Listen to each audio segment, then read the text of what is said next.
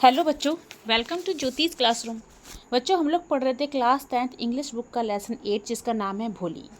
भोली एक गर्ल है जो कि इस लेसन में दिखाई गई बहुत सिंपल है और कुछ स्टूपिड टाइप की है।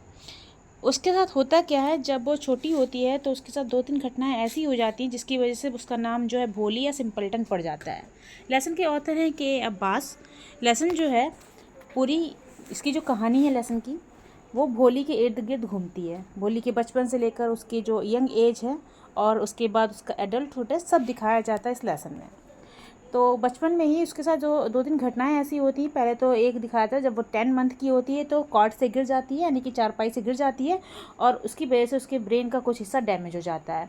लास्ट वीडियो में हम लोगों ने ये बात पढ़ी थी, ठीक है।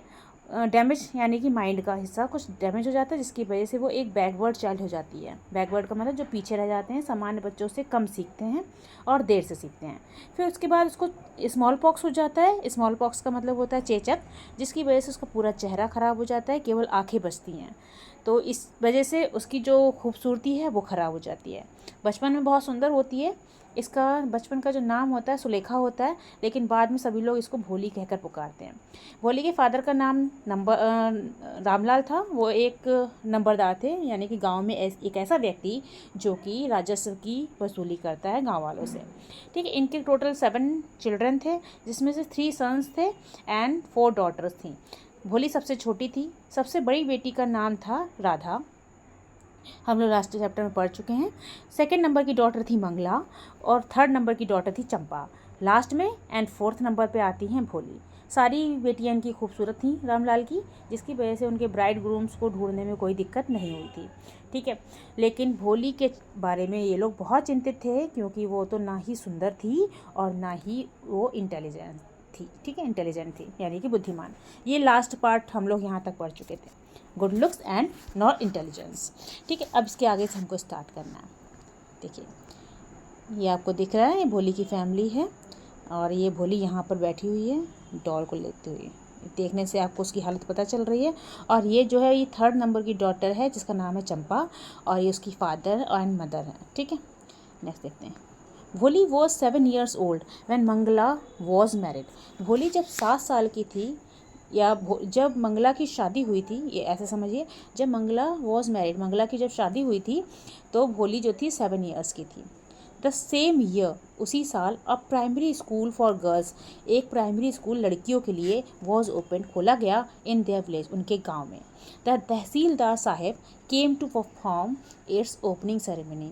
तहसीलदार साहब जो थे, केम मतलब आए, टू परफॉर्म करने के लिए इट्स ओपनिंग सेरेमनी, इसकी ओपनिंग सेरेमनी को परफॉर्म करने के लिए तहसीलदार साहब आए, ठीक। ओपनिंग सेरेमनी यानी कि जब किसी का उद्घाटन होता है तो उस सेरेमनी को बोलते हैं ओपनिंग सेरेमनी, ठीक है, जिसको बोलते हैं उद्घाटन समारोह। तो जब वो आए, ही सेड टू रामलाल, उन्होंने रामलाल से कहा, as a revenue officer you are the representative of the government in the village. आप जो है एक रेवेन्यू ऑफिसर हैं, ठीक है। रेवेन्यू मतलब जो राजस्व की वसूली करता है, तो राजस्व अधिकारी के होने के नाते, ठीक है, as a revenue officer you are the representative. Representative का मतलब होता है प्रतिनिधित्व करने वाला, ठीक है, ऑफ द गवर्नमेंट। आप जो है सरकार के प्रतिनिधित्व करने वाले हैं, आप एक रेवेन्यू ऑफिसर हैं इन द विलेज, गाँव के। जैसे आप गाँव के लोगों को गाँव के लोगों को या लोगों का प्रतिनिधित्व करते हैं रेवेन्यू ऑफिसर के रूप में, एंड इसीलिए so you must set an example to the villagers, तो तुमको गांव वालों की नज़रों में एक एग्जाम्पल यानी कि एक उदाहरण प्रस्तुत करना होगा।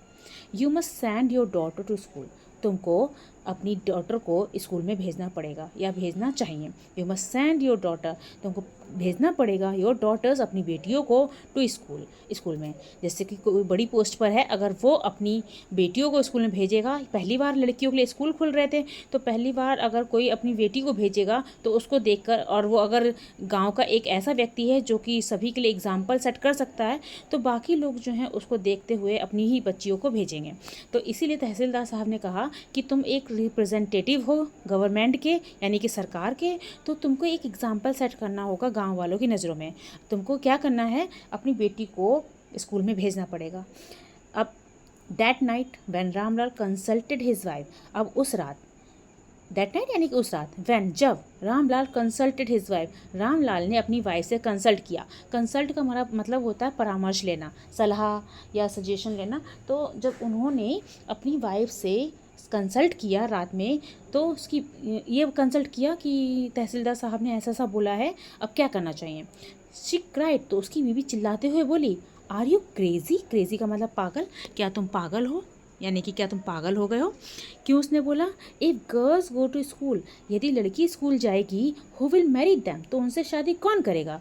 अब समझ लीजिए ये इतना पुराना चैप्टर है कि उस टाइम पे लड़कियों की शिक्षा को कैसा मानते थे। आजकल अगर आज का टाइम होता तो आज ऐसा बोला जाता, अगर लड़की स्कूल नहीं जाएगी तो उनसे शादी कौन करेगा। लेकिन उस टाइम पे ये जो कथन बोला है उसकी वाइफ ने, ये दिखाता है कि समाज कितना पीछे था। If girls go to school, यदि लड़कियां स्कूल जाएंगी, हु विल मैरी दैम, तो उनसे शादी कौन करेगा। ये किसने बोला, रामलाल की वाइफ ने। ठीक है, आगे देखिए। But Ramlal had not courage to disobey the tehsildar, लेकिन बट का मतलब लेकिन, रामलाल के अंदर हैड नॉट द करेज, साहस नहीं था, टू डिसओबे, डिसओबे का मतलब होता है आज्ञा का उल्लंघन करना, आज्ञा का उल्लंघन करने का, द तहसीलदार, तहसीलदार का आज्ञा का उल्लंघन करने का साहस जो था रामलाल में नहीं था। एट लास्ट, अंत में, हिज वाइफ सेड, उसकी वाइफ ने कहा, जब उसने बोला कि मैं आज्ञा का उल्लंघन नहीं कर सकता, मुझे पनिशमेंट मिल सकती है, तो उसकी वाइफ ने कहा, क्या कहा, I will tell you what to do, मैं आपको बताऊंगी कि क्या करना है। आई विल टेल यू, मैं आपको बताऊंगी, व्हाट टू डू, क्या करना है। देखिए, सेंड भोली टू स्कूल, ऐसा करो, भोली को स्कूल भेज दो। सेंड भोली टू स्कूल, भोली को स्कूल भेज दो। एज इट इज़, क्योंकि there is little chance of her getting married, क्योंकि उसकी शादी के चांस जो हैं बहुत कम है या ना के बराबर है। लिटिल का मतलब होता है ना के बराबर, नेगेटिव सेंस देता है ये। तो उसकी, क्योंकि उसकी शादी के चांस जो हैं या उसके जो शादी होने की जो संभावना है वो ना के बराबर है। विद हर अगली फेस, क्योंकि उसका चेहरा जो है वो अगली है। एंड लैक ऑफ सेंस, और उसमें बुद्धि की कमी है, बुद्धि की कमी है।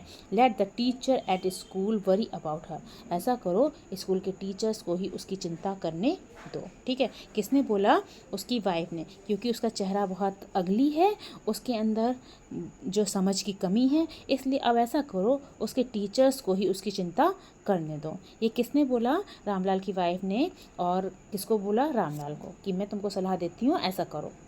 आगे देखते हैं। द नेक्स्ट डे, अगले दिन, रामलाल कॉट भोली बाय द हैंड, रामलाल ने भोली का हाथ पकड़ा। नेक्स्ट डे, अगले दिन, रामलाल कॉट, रामलाल ने पकड़ा भोली बाय द हैंड, भोली को हाथ से। एंड सेड, और कहा, कम विद मी, चलो मेरे साथ। I will take you to school, मैं तुमको स्कूल लेकर चलता हूँ।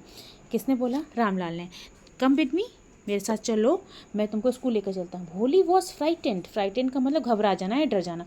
भोली डर गई। शी डिड नॉट, वो नहीं, आगे देखते हैं क्या लिखा है। शी डिड नॉट, ये देखिए स्कूल जा रही है अपने फादर के साथ में। ठीक है, शी डिड नॉट नो, वो नहीं जानती थी। What a school was like, कि स्कूल क्या होता है, उसको नहीं पता था कि स्कूल क्या होता है। शी रिमेंबर्ड, उसको याद था। How a few days ago, कि कैसे कुछ दिन पहले, देयर ओल्ड काऊ, उनकी बूढ़ी गाय Lakshmi, Lakshmi had been turn out of the house, Lakshmi को घर से बाहर निकाल दिया गया था। एंड सोल्ड, बेच दिया गया था। उसको याद था कि कैसे कुछ दिन पहले लक्ष्मी, जो कि उनकी काऊ थी या गाय थी, उसको बाहर निकाल दिया गया था एंड बेच दिया गया था। तो अब इसको ऐसा लग रहा है कि मेरा हाथ पकड़ के मुझको ले जाया जा रहा है और मुझको भी बेच दिया जाएगा। अब यहाँ पे लक्ष्मी, आपको नाम याद रखना है। लक्ष्मी कौन थी, तो लक्ष्मी इनकी ओल्ड काऊ थी।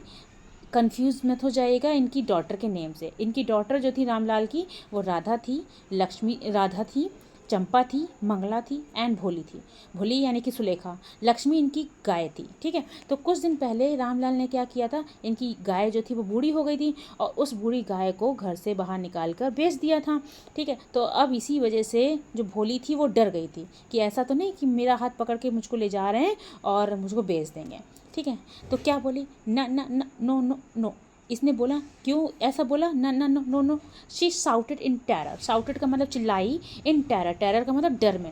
And pulled her hand away from her father's grip, और अपना हाथ जो था अपने फादर की ग्रिप, ग्रिप का मतलब होता है पकड़, अपने पापा की पकड़ से अपने हाथ को छुड़ा लिया। और ये न न नो नो नो लिखा है, ये आपको पता होगा कि भोली जो है बचपन में जब 5 साल तक हो गई थी, बोल नहीं पाती थी, और जब उसने बोलना सीखा तो वो स्टैमर करती थी। स्टैमर का मतलब होता है हकलाना, इसलिए यहाँ पर उसने ये शब्द को नो वर्ड को इतनी बार बोल पाया।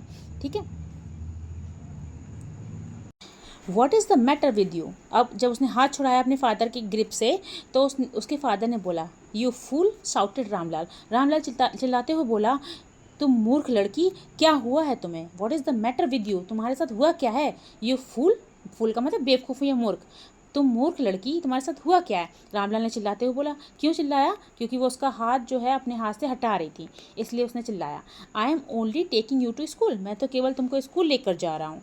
Then he told his wife, इतना बोला, फिर उसने अपनी वाइफ से बोला। देन का मतलब फिर, ही टोल्ड, उसने बोला, हिज वाइफ, अपनी वाइफ से, let her wear some decent cloth today, ऐसा करो आज इसको कुछ डिसेंट क्लोथ पहना दो। टुडे का मतलब आज, डिसेंट का मतलब ठीक ठाक से या अच्छे दिखने वाले, सम मतलब कुछ, वेयर का मतलब पहना दो, लेट का मतलब पहनाना, मतलब किसी से जब काम करने के लिए बोलते हैं तब बोलते हैं। तो let her wear some decent cloth today, ऐसा करो आज इसको कुछ डिसेंट क्लोथ पहना दो। और एज, नहीं तो या वरना, what will the teachers and the other school girls think of us when they see her. ऐसा क्यों बोला रामलाल ने, उनको चिंता नहीं अपनी बेटी की, उनको समाज में अपनी प्रतिष्ठा की चिंता है, या अपनी जो जो उनका स्टेटस है समाज में, जो उनका ओहदा है उसकी चिंता है। क्यों बोला उन्होंने, अपनी बेटी के लिए नहीं, उन्होंने इसलिए बोला कि व्हाट विल द टीचर्स, जो टीचर्स हैं वो क्या, एंड थिंक का मतलब सोचेंगी, और अदर मतलब दूसरी स्कूल गर्ल्स मतलब दूसरी स्कूल की जो लड़कियां हैं वो क्या सोचेंगी। वैन, थिंक ऑफ अस, हमारे बारे में, अस का मतलब हमारे बारे में, वैन दे सी हर, जब वो इसको देखेंगी। तो रामलाल ने इसको बोला अपनी वाइफ से कि इसको कुछ डिसेंट कपड़े पहना दो, नहीं तो टीचर्स और जो दूसरी स्कूल की लड़कियां हैं वो क्या सोचेंगी हमारे बारे में जब वो उसको देखेंगी। तो इससे पता चला वो हमारे बारे में क्या सोचेंगी, उनको अपनी डॉटर की चिंता नहीं है, बल्कि उनकी अपने समाज में जो उनकी इज्जत बनी हुई है उसकी चिंता है। ठीक है, कि वो क्या सोचेंगे हमारे बारे में कि इसको कैसे करके कपड़े पहनाए हुए हैं। तो ऐसा करो आज इसको कुछ डिसेंट क्लोथ्स पहना दो। ठीक है, तो आज हम लोग इस लेसन को यहीं पर स्टॉप करते हैं। अगले पार्ट जो है उसमें हम थर्ड पार्ट में हम लोग इसके आगे का भाग कंप्लीट करेंगे। ठीक है, तब तक अच्छे से रिवीजन करते जाइएगा, जो आज बताई हैं बातें उनको नोट कर लीजिए शॉर्ट वे में, जिससे कि रिवीजन करने में आसानी हो जाए। ठीक है, यहाँ तक बने रहने के लिए बहुत बहुत धन्यवाद।